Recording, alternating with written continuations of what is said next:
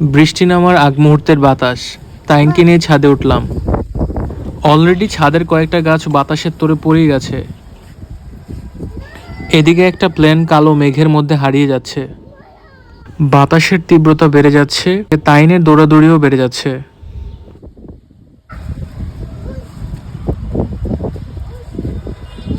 ছাদে ওঠার আরেকটা কারণ হচ্ছে লেবু পাড়া। এটা আমার গাছের লেবু।